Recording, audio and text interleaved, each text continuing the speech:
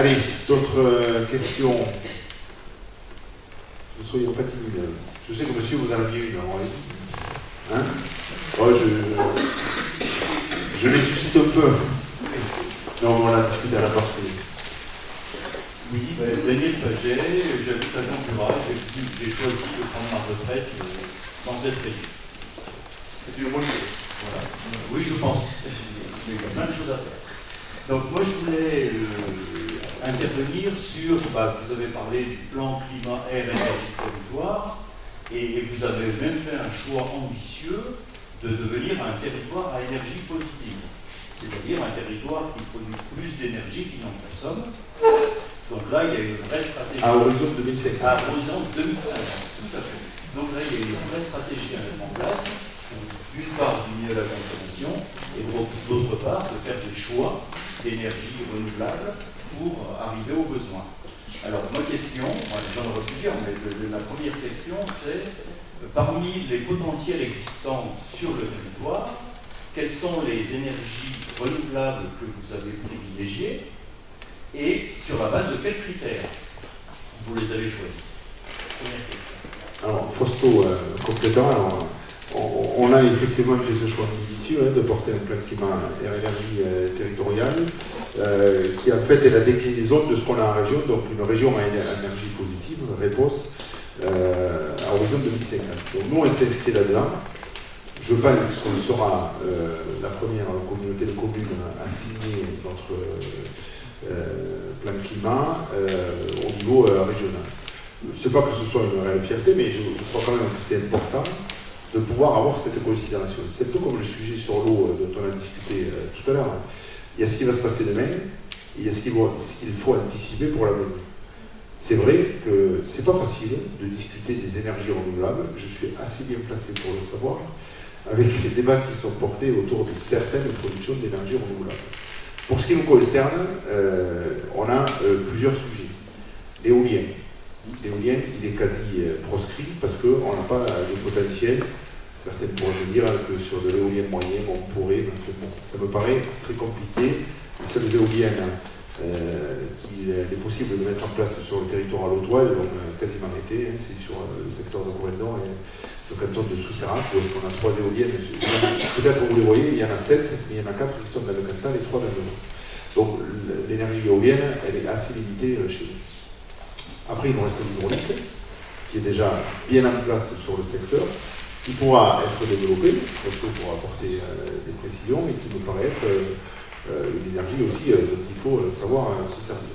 On a le photovoltaïque qui a connu un très beau développement, qui va poser des questions, parce qu'aujourd'hui, on a fait beaucoup de développement sur les toits, mais la question se pose maintenant du sol. On a des projets comme Céléwatt qui ont vu le jour, quelques autres projets pas bien importants, mais aujourd'hui on voit des réflexions sur des surfaces qui sont au-delà de 5 hectares. Donc ça interpelle, comment est-ce qu'on utilise le sol, toutes ces questions-là. Donc moi je suis heureux qu'il puisse y avoir un travail qui soit engagé par les deux vice-présidents, donc Fausto Raquet et Bertrand Cavalery, sur cette question-là, pour qu'on sache comment est-ce qu'on anticipe les autorisations par rapport à l'utilisation des sols pour de la production photovoltaïque. Et l'autre énergie qui pose aussi débat, c'est la méthanisation, puisque notre PCAET donc, a identifié la possibilité de porter 8 méthaniseurs sur l'ensemble du territoire. Donc il y en a 4 en projet, je vois déjà les débats que ça fait, je pense que ça va être aussi assez controversé. Malheureusement, parce que le débat dans ce département a été mal posé par un projet qui ne s'est pas déroulé de la meilleure des manières, et qui continue d'ailleurs à avoir quelques difficultés par rapport à son fonctionnement. Mais au-delà de ça, c'est une énergie dont il faut aussi savoir tirer le meilleur profit. La question n'est pas celle-là, la question est de savoir comment est-ce qu'on le déplace pour ne pas procurer de gêne à l'environnement immédiat et notamment aux habitants à proximité. Donc voilà à peu près les 4 énergies sur lesquelles on travaille, mais je pense qu'il y en a une qu'il ne faut surtout pas oublier, c'est l'économie d'énergie. Parce que c'est la première sur laquelle il faut travailler, et là aussi on a quand même des engagements qui sont pris, et j'insiste, et je vous le dis à toutes et tous, des animations qui sont portées par qui n'est pas là ce soir, qui est le vice-président en charge des questions du logement et de ces sujets-là, mais on a une animation territoriale avec des gens qui sont capables de vous aider à monter des dossiers pour répondre aux enjeux d'économie d'énergie. Et croyez bien que c'est important parce que je le mesure chaque fois que j'en ai l'occasion. Et il n'y a pas très longtemps de ça, il y avait une réunion que j'avais organisée en tant que conseiller régional à Cahors sur ces questions-là. Je me suis aperçu que les territoires qui étaient organisés, comme nous, sur par exemple le chèque, l'éco-chèque de la région, et là où il était mobilisé, c'est là où est-ce qu'il y avait de l'animation, c'est-à-dire là où les collectivités avaient fait l'effort de porter l'animation. Donc ici ça marche, alors n'hésitez pas à vous assurer. Je laisse Costoraquet compléter le sujet. Oui, donc Costoraquet, maire de Bagnac, c'est PG. Ce que là aussi, on a aussi beaucoup évoqué ces problématiques. Et par contre, vous êtes insolent par rapport à ce que je peux être, donc c'est toujours un peu compliqué. Si, voilà, mais bon, monsieur notre président a déjà beaucoup dit sur le plan climat. C'est vrai qu'on est la première communauté de communes à élaborer le plan climat, puisqu'on a anticipé en fait l'obligation, puisque c'est obligatoire à partir de 50 000 habitants. Nous, on était moins, on a lancé quand même le plan climat, ça démontre vraiment la volonté du territoire de se lancer dans cette démarche. C'est vrai que ça a été aussi facilité par notre... on avait répondu à un appel à projet sur le type de TEPOS, le territoire énergie positive, pour lequel on a été retenu. Et c'est vrai que ça a lancé cette dynamique. Et en fait, on s'est bien impliqué dans ce mouvement. Pour les économies d'énergie, il y a effectivement tous les travaux qui se font sur l'habitat, mais il y a également des travaux qui vont se faire sur l'éclairage public. Et il y a Michel Lavessière qui est par là, voilà, et qui s'en occupe. Il était aujourd'hui en première page de la dépêche du midi. Donc, on en saurait un peu plus. Voilà. Donc, tout ça pour dire qu'à travers le TEPOS, on a eu environ de 700 à 800 000 euros de subventions, donc on est pareil. Pour ce qui concerne le plan climat air-énergie, donc il a été élaboré avec un tas de partenaires. Je pense, on citait tout à l'heure le syndicat Rigueur, il en faisait partie, il y avait la DGT, il y avait l'ARS pour la qualité de l'air. Même si on n'a pas été très actif maintenant, on a quand même la chance d'avoir un air de bonne qualité, comme l'a précisé le président tout à l'heure, tout un tas de partenaires. Et il y a eu aussi une consultation publique à travers Internet, et à laquelle d'ailleurs vous avez répondu. On a eu environ une centaine de réponses, et la vôtre, en l'occurrence, a attiré toute notre attention parce qu'on sentait que sur le plan technique, il y avait des connaissances qui nous avaient peut-être, et des informations qui nous avaient peut-être échappé, donc elle est en cours d'examen. Notre plan climat, il est passé déjà à la MRE. C'est une annexe, on va dire, de la REA, c'est mission régionale de l'autorité environnementale. Et notre plan climat a eu un accueil très très positif. Notre chargé de mission, avec le studio d'ailleurs, était largement complimenté parce qu'il s'était beaucoup investi. Et donc maintenant, on attend les réponses de la REA, la direction régionale de l'environnement, de l'aménagement et du logement, avec l'avis du préfet pour finaliser notre plan climat, opération qui devrait se faire, nous l'espérons, d'ici la fin de ce semestre. Voilà, alors pour revenir sur les énergies renouvelables qu'a inventorié Vincent, effectivement, l'eau, puisque c'est ce qui aussi vous intéresse principalement, elle est à l'intérieur de notre plan climat. Le plan climat, il y a 4 axes de travail forts, 48 à 50 actions qui seront menées. C'est vrai que l'eau, elle a été un petit peu négligée par rapport à d'autres énergies. Il faut savoir qu'à l'arrivée, l'objectif, c'est d'être un territoire d'énergie positive. Et si vous voulez, les projections, pour arriver à ce résultat, on a été amené à mettre des chiffres, voire des projets, en sachant que si on fait plus d'élec hydraulique, on aura moins besoin de faire de l'élec photovoltaïque, etc. C'est l'équilibre final qui sera important. Et donc, les chiffres que nous avons, qui figurent aujourd'hui dans le plan climat, à l'arrivée, seront un peu modifiés par rapport à ce qui a été mis. Mais c'est vrai que la problématique de l'eau et de l'hydroélectricité, même dans la micro-hydroélectricité, me paraissent importants. Il faut vraiment qu'on y retravaille dessus, parce qu'en fait, toutes les énergies, même si en quantité c'est peu long, sont importante, mais ajouter les unes aux autres, ça contribuera largement à faire de l'énergie propre, sans trop qui sera facilement acceptée, si vous voulez, et qui contribuera à la réussite de notre plein public. Voilà. Je vais juste rebondir par rapport à ça, c'est que c'est très bien. Je suis très content d'entendre que l'hydroélectricité est maintenant fait partie intégrante de la réflexion, parce que dans le document qui avait été soumis, ça n'y était pas. Oui. Alors justement, de façon très concrète, le document, il y a eu la consultation s'est finie le 7 février 2019, là. Les remarques ont été pour partie intégrées en fonction de celles qui étaient pertinentes. Là, il est en examen maintenant par les services de l'État. Il va revenir pour être voté au Conseil communautaire bientôt. Donc, ma question, c'est que au niveau des choix qui ont été faits, parce que maintenant, votre travail a été fait. Donc, le document sur lequel vous avez convergé, est-ce que c'est un document confidentiel à l'heure actuelle? Non, pas du tout, puisqu'il a été sur le site. Non, mais c'est le document en consultation. Mais après la prise en compte de correction, pour l'instant, il n'a pas été modifié, puisqu'on attend de voir ce que les services de l'État apporteront comme modification par rapport aux documents qu'on a envoyés et aux observations que l'on a fait suivre. Donc pour l'instant, nous on ne les a pas intégrés localement, si vous voulez, on ne les a pas intégrés, puisque le document était déjà parti. Mais il est important d'avoir une vision stratégique jusqu'à l'horizon 2050 pour savoir quelle est l'orientation que vous prenez, parce que du choix que vous allez faire dépendra l'impact sur la qualité de l'air, de l'eau, des sols, du paysage, et une stratégie territoriale, c'est justement ça. Et ça doit être cohérent bien sûr avec le document juste au-dessus qui est le SRADET, dont le petit nom est Occitanie 2040, comme le stage et le SAGE sont en ligne. Donc je vois que vous avez une très bonne connaissance de ce qui se réalise en région. Non mais c'est un régal parce que parfois vous savez quand on élabore ces documents, au niveau régional on peut se sentir un peu seul. Mais j'ai déjà fait savoir que j'étais prêt à vous aider depuis très longtemps. C'est très bien et par rapport à la confidentialité des documents, ils sont absolument publics.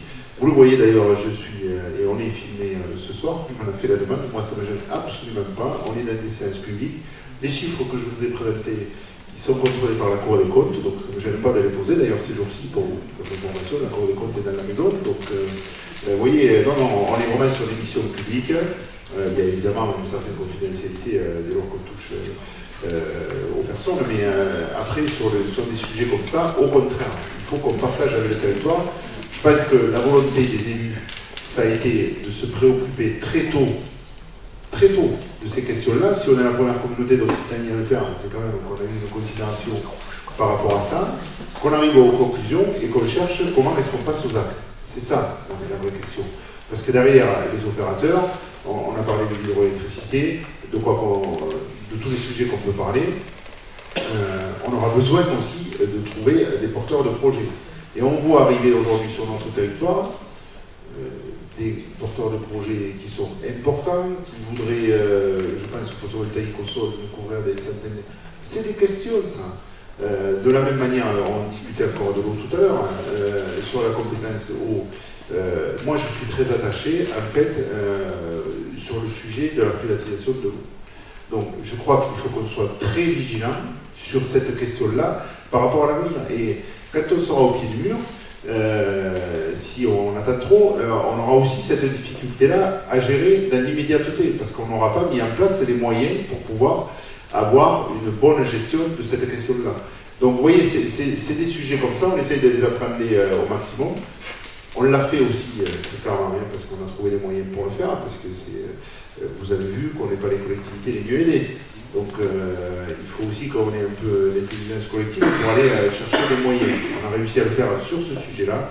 J'espère qu'on pourra le faire sur d'autres parce que c'est de mon point de vue très important d'anticiper les situations. Donc si le document sur lequel vous avez intégré les remarques si je pouvais le consulter, je serais très content. Et si j'ai encore des éléments à vous passer, je le ferai sans... Je vais faire en sorte auprès de mon vice-président qu'il vous rende heureux. Donc on se verra très très bientôt, parce que c'est un très très sujet, y compris national. Il y avait une autre question, madame, non? Oui, alors moi, j'ai pas Attendez, peut-être attendez le micro. Oui, je sais, ça peut faire peur le micro, mais c'est plus confortable pour tout le monde. D'accord.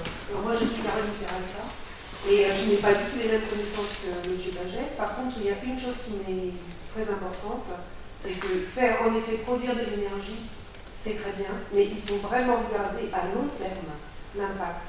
Parce qu'on entend quand même de plus en plus parler des problèmes du photovoltaïque, comment ça va être recyclé. Donc je pense qu'il y a des choses qui sont peut-être plus faciles à faire, peut-être plus coûteuses au départ, mais avec un impact pour l'avenir qui sera moins important. Voilà ce que je voulais dire. Parce qu'il ne faut pas penser qu'à nous, il faut penser surtout à nos enfants et à nos filles. Donc vous avez bien raison d'avoir cette considération. On compte aussi sur les gens qui travaillent sur ces questions-là. Mais vous savez, on a toujours une crainte quand on part sur de l'innovation. Moi, sincèrement, je pensais le système de la méthanisation très vertueux. Et je continue à le penser. Dès lors qu'on contrôle ce qu'on met dedans, c'est-à-dire ce qu'on met à l'entrée. Moi, j'ai pas de crainte à la sortie si ce qu'on met à l'entrée est contrôlé. Mais malgré tout, ça nécessite du contrôle, ça nécessite encore une fois de l'organisation. Et sur des sujets comme celui que vous évoquez, des compétences avant tout. Et effectivement, le photovoltaïque, on le dit depuis le départ, mais la filière de recyclage du photovoltaïque, surtout avec des produits qui peuvent venir de l'autre bout du monde, je cite personne, mais c'est quand même une préoccupation de savoir déjà ce qu'il y a dedans. Et parfois, regardez ce qui se passe à l'extérieur de la France, parce que parfois, il y a des choses que nous, on met en place avec beaucoup de retard. Donc, regardons aussi ce que les autres ont fait et où ils en sont. Je suis bien d'accord, mais je vous assure que la réflexion qui a été menée sur le PCAET est vraiment quelque chose d'intéressant. Alors, notre prochain challenge, c'est clair, moi j'en ai parfaitement conscience, c'est aussi de l'ouvrir de manière à ce qu'un maximum de citoyens puissent participer à ces réflexions-là, parce que je crois que c'est important, on le voit, on a d'abord des gens qui ont la compétence, on a d'autres qui ont de l'intérêt, tout simplement, mais ça peut être aussi des moteurs formidables, à la fois pour les sujets dont on traite, mais aussi pour le territoire. Donc, ça fait partie des réflexions qu'on doit avoir, et si je mène à ce type de réunion, c'est pour chercher des solutions, comment est-ce qu'on associe au maximum la population sur les grandes questions qui nous sont aujourd'hui opposées. Alors, sinon, j'avais d'autres questions. On a entendu des rumeurs quant à la discussion du barrage du Surgier, vous pouvez nous en parler? Alors là, je vais laisser le maire de Figeac répondre parce que je n'ai absolument aucune information dessus. Oui. Bonjour Madame Peralta. Alors les rumeurs, c'est toujours pareil, les rumeurs c'est des raccourcis. Alors je vais vous dire où il en est. Le barrage du Surgier, il est sous une étroite surveillance parce que effectivement, en cas de rupture, il y a quand même un risque pour la population. Et donc, les dernières études, puis cette surveillance périodique, montrent qu'il se vide de l'intérieur. C'est-à-dire, en fait, il a été fait avec une espèce de chaussette dans laquelle on a mis du gravier. Et puis, le gravier, il s'en va au fur et à mesure. Donc, on réinjecte régulièrement, on a fait des puits, on réinjecte du béton, mais à un moment, il va falloir le reconstruire. Donc, tout ça, c'est sous contrôle de la DDT, de la DREAL, etc. Donc, du coup, comme il va falloir le reconstruire, comme il s'envase, puisque tout le monde le sait, les sédiments se sont accumulés, donc maintenant c'est interdit à la baignade. L'été, comme la lame d'eau n'est pas assez épaisse, il y a un réchauffement qui fait que il y a des cyanobactéries qui se développent, donc du coup on est obligé d'interdire même la pêche.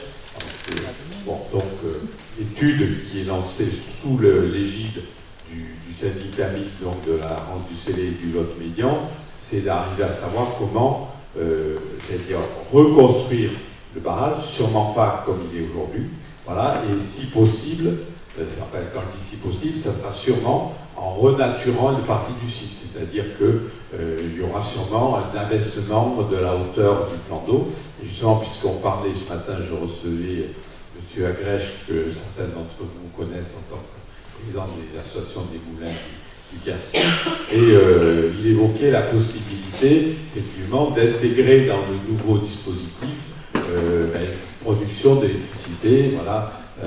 630 000 kWh potentiels. Voilà. Alors, il m'a proposé d'aller à Nègrepelisse, où il va y avoir effectivement une visite. Voilà, et ça, on en est qu'au début de l'étude. Voilà, donc, donc, pour dire, il sera détruit, mais il y aura quelque chose à la place. Voilà. Très bien, mais écoutez, c'est l'intérêt d'avoir des vice-présidents qui sont impliqués sur d'autres sujets, parce que moi, on a la réponse précise.